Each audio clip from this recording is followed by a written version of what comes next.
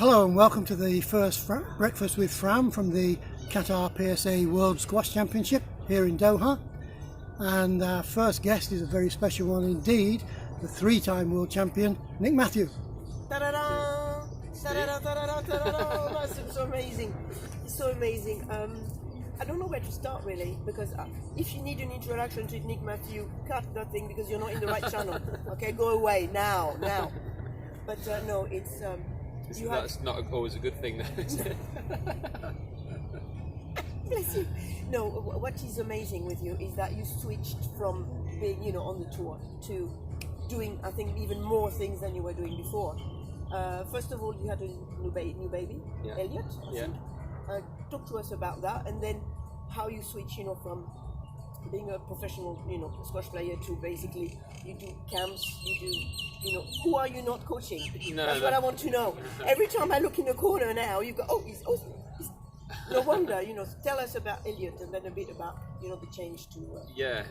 Elliot, first of all, most importantly, he's amazing. He is 5 months now. He's a very different character already, you can tell, than his sister. Yeah. Charlotte is like very spirited, and Elliot is just chill. Even as a baby, you could see Elliot is just so chilled. He's so happy, so smiley. We'll see how it'll be great to see the obviously him develop, but also it's good to see the relationship with brother sister develop, because we were conscious that there was a little age gap, sort of 5 years, and didn't know how she was going to be, because it's been all about her, almost only child, and then all of a sudden somebody else comes along that has your attention. But she's been amazing, so that's been great. So that's the most important. And you went to on holidays everywhere, haven't you? Well, we tried to. My wife's lucky; she's got to take a year off from her work. Oh, so great. yeah, the EIS, English Institute of Sport, really look after you on maternity leave and the support for you. So she said, you're never going to get that time again. So obviously I'm busy, but you also have flexibility, I guess, when you're a home boss. So we've tried to take that family time when we can. So, and if, as you said, you're on your own boss now, even more. Yeah. So who are you not coaching? It's not No, seriously. No. Marwan? You're coaching Marwan? It's sort of a bit of a new thing. Yeah, so. it's just, I'm looking on the corner, I'm like, what do you mean you're coaching Marwan Shobagi? I mean, it's a big step. I think it's different. Obviously this week I'm a consultant for England Squash, so I'm not a full-time employee by the governing body, but I'm passionate about trying to help the next generation of English players as well. So obviously this week I'm in the corner of all the English guys. That doesn't mean that I coach them, obviously. You support them at the the good thing is that I was colleagues with them on the tour, and we were teammates. So somebody, it's probably different with a James or a Daryl, because they've been around so many years. They know what they're doing. They're so experienced. But Adrian Waller, for example, but a couple of the young. Well, no, that's down to him and the work that he's doing back home. But when you're at a tournament, if you can just be just having someone there for you, I think it's something maybe that England needs to get back to doing, because you see, for example, the French team, when they're bringing the youngsters through. When the Egyptian brought Shabana, that was a big thing. Make a difference. And it's something that it's been difficult, because budgets are tight for everyone. But I see, obviously it's difficult to compare to Egypt, because they're sort of on a level of their own at the moment, from the bottom through to the top. But you look at somebody like France, and Renan is here with the young players, and I heard about what happened in the Black Ball last year, where he brought the group that weren't playing for the experience of being there, and they're the fantastic sort of things that maybe you can make a small difference if you're at a tournament with them. And some of those guys do come to me in Sheffield for some sessions, but I don't sort of coach any of those individually. It's more sort of Greg Lobban, Donna. You always were very, very mother hen, on the tour. You arrive somewhere and he's organizing the change, and he's organizing everything. You don't know, but I'm ill. I'm really ill as a dog. And he sees me and says, "Oh, Fram, don't worry." He goes back to his room, brings me some lemsip and brings me the cup. This is lemsip from, this is Nick Matthew. We see him as the as he calls himself, the wolf, but he's anything but. He's actually a very, very nurturing.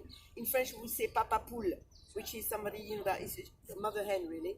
So it's, My wife will say that I tried to be too bossy. Nah. So you've got Donna, you've got obviously Greg Loban. Yes. Who else do you have? So they're On the the two net? they're the two sort of senior players that I work with on a day in day out. Marwan's been fun. It was almost by accident with him because he wanted to work on the physical side of his game. I think he thought that was an area that he needed to improve. So I think in England I can think of the top two people he might work with Gary Nisbet and Mark Campbell. Yeah, so he chose And he chose Mark, yeah. and he liked what he was doing, and I think he was doing some psychology with Danny as well, Danny Massaro. I saw some pictures of And he just accidentally sort of said, I'm in Sheffield with Mark for a few days, any chance I can have a hit or come to one of your squad sessions? And we just had a couple of hits, there's no, nothing, and he said, I really like it, can I come for some more? And it's only come sort of 2 or 3 times, but it's been fun, and that's almost easier because he'll come up just for 3 days and then he'll go for the people that you work with and who live there, so Greg and Donna, and then mainly the sort of younger next generation players, so there's a couple of 19-year-old boys, some of the younger girls as well, and you're sort of almost trying to mentor that next generation. And there's a nice mix because you have the ones that are there day in, day out, but you also have a couple of times a week when you run some open squads and you get some really top players who come in just for the hits and just for you to see, like a Joel and a George Parker and a Chris Simpson or a Deck and Marwan. So those players, you don't necessarily, you're coaching them firsthand, but it's just nice to. And sometimes I'll join in because I want to still stay active, and that's fun. And it's a nice mix of the two, really. But this is exactly what happens when people say, "Oh, what happens in Egypt? Why are they so good?" For exactly that reason, because you've got people coming in, they don't, and they mix together the kids, everybody, Saturday, Sunday, they suddenly are going to play for 2 hours with whoever comes, and the level is incredible. A bit looking at your career, what do you miss? I mean, what's something that you didn't succeed to do, and you think, "Oh, I wish I could have done that." Is there anything that, or you have done basically everything that you thought, It's a difficult question because Of course. I think you can always look back and say, "Oh, there was that one I could have done better, or that could have done this better, that better." But I never. Also, on the other hand, I never imagined to What you were achieve going to do, what I yes, did anyway. as much, yeah. So I think you sort of very much have to just say, look, if I'd say I could have done more, of course you wanted to, what could I have done better? I'm looking at that in different eyes now from a coach's eyes, but you sort of say, okay, it could have also gone the other way. You could have sort of been close, but not quite so, because it's such a fine margin. So I think you just have to thank your lucky stars that you did what you did and just be grateful for that. It's been a real eye-opener this week because I've been to tournaments since I've retired, but it's more come for a couple of days or come in and out. But I've been here the whole week and I've just seen the players in the hotel, and you see how different players prepare for matches, or when they have a day off, some go to the beach, some go to do yoga, some go for a hard, intense practice. Mohammed's in breakfast with his headphones on, he's still in the zone even on the day off, and it's just interesting to see. And that, I think that side of it is that downtime is what I miss, because when I've stopped, I've sort of just thrown myself into everything, and sometimes you don't get a chance to think. No more afternoon naps. Yeah, I know exactly what you mean, and I know the answer, but I want you to tell us what is your best memory. If I remember well, it was something to do with the Commonwealth, Flag bearer. Yeah. Is it still that, or do you have anything more? Or it's always a hard one to choose between Manchester Worlds, home Worlds, and I always remember the big. That was 2013. I remember the big contrast between 2010 in Saudi when I won my first Worlds, and the compound there in Al-Kabar. Got to my room at the end of the night and it was just me and the trophy and no noise anywhere. You know what it was like? It was just completely silent, outside, nothing. And I sort of felt a bit alone, a bit lonely, and it was a bit like, is that it? Just achieved your sort of goal, and you're sort of thinking it has to be more to it. And then the difference in Manchester, where everyone was there, your family, your friends, that was sort of amazing feeling. The Glasgow, the Commonwealth Games one was different because that was the thing that I thought was going to be maybe the thing that I wanted to sign off my career with that one. I was lucky to carry on playing 4 more years, but I didn't expect that at the time. I thought this is where I want to finish, and I built everything over the last 4 years to that, and then took the knee surgery 5 weeks before, just completely out of the blue. So that just was crazy times, just whirlwind, just trying to get fit and then Just being asked walk, just just to walk. walk, and then to try and think about playing, and then getting asked to do the flag and so on and so forth. And the occasion was amazing. It felt like an Olympics, really.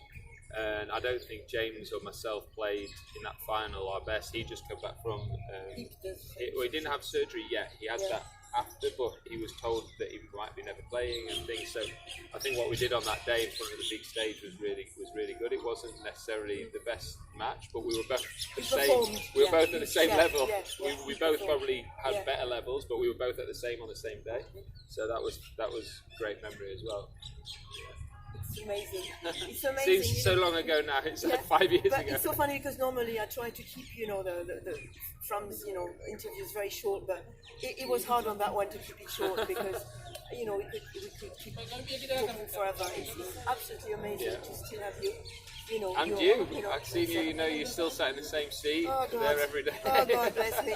With your coat, because there's AC in there. But I'm still alive. They tried to kill you with the AC. Yeah, I know. Yeah, I wrote a few years ago, you could wrap me in a glossy paper and sell me as an ice cream. But no, it's But talking to James, I just want to say it's fantastic to see how he played yesterday. incredible. We can't kill them all. We can't kill them. They keep on, And I James and I, as you know, are two completely different characters, but I see, and the way we play and prepare and everything else, but I see massive similarity there in where he is now and where I was when I finished, which was, you can't perform like that every week. So the ranking is what the ranking is and whatever.